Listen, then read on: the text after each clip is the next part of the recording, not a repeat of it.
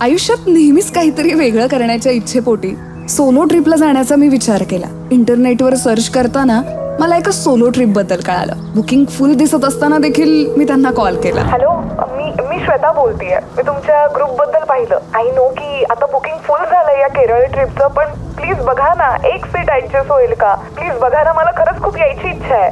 Sorry ma'am, actually उद्याच संध्याकाळी निघायचंय, त्यामुळे काहीच होऊ शकत नाही. हे ऐकून तर माझा मूडच ऑफ झाला होता आणि त्यात हा जोर जोरात पडणारा पाऊस. खूपच चिडचिड होत होती. 11:30 वाजता तर कंटिन्यू कोणीतरी कॉल करत होतं, इरिटेट करत होतं. फायनली मी कॉल उचलला. नीट आवाज आला नाही, पण इतकं ऐकायला आलं की एक गुड न्यूज आहे. मग काय न राहून मी पुन्हा एकदा कॉल केला. हॅलो, हा, तुम्ही काहीतरी सांगत होतात. मला सीट मिळाली आहे का? एका व्यक्तीनं कॅन्सल केलंय, तिथे तुम्ही ऍडजस्ट होऊ शकता. संध्याकाळी 5 वाजता लोकेशनवर भेटूयात. हो, थँक्यू.